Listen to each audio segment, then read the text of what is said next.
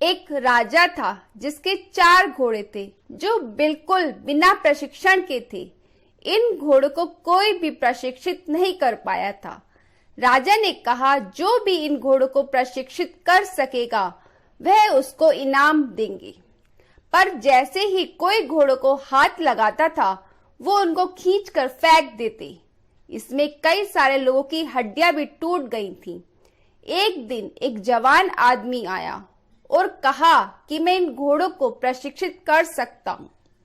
पर राजा ने कहा कि बहुत लोगों ने ऐसा करने की कोशिश की है, उन्होंने अपनी हड्डियां भी तुड़वा दी हैं, लेकिन कोई भी अभी तक इन घोड़ों को प्रशिक्षित करने में सफल नहीं हो पाया है। उस आदमी ने फिर भी कहा कि मैं इन घोड़ों को फिर भी प्रशिक्षित कर सकता हूँ, पर उसने कहा कि मेरी एक शर्त है, जब तक घोड़े प्रशिक्षित नहीं हो जाते तब तक घोड़े मेरे पास ही रहेंगे। राजा ने उसकी बात मान ली।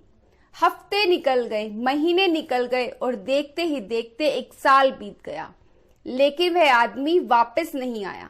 राजा ने कहा कि इन घोड़ों को अब भूल जाओ, क्योंकि वो कभी वापस नहीं आएंगे। घोड़े अब तक उसको छोड़कर चले गए होंगे।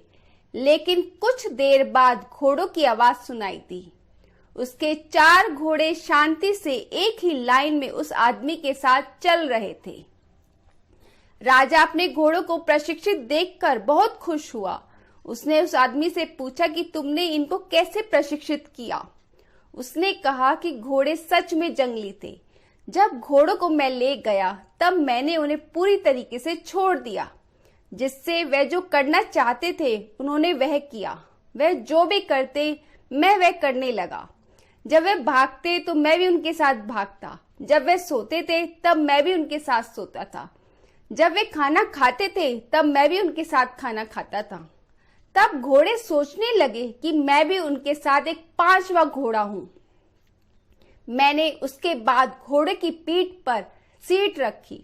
घोड़ों को वह पसंद नहीं आया, इसलिए उन्होंने सीट को खींचकर निकाल दिया। लेकिन लगातार कोशिश करने के बाद धीरे धीरे उनको सीट की आदत पड़ गई। बाद में मैंने उसको बेल्ट पहनाया।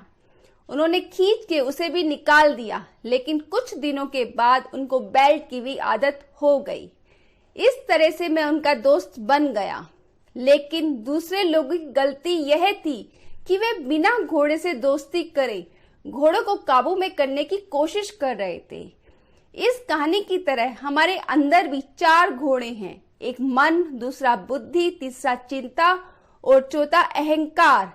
जब हम इनमें से किसी घोड़े को काबू करना चाहते हैं तो हमें अपने मन से पहले दोस्ती करनी पड़ेगी और उसके बाद ही हम अपने चारों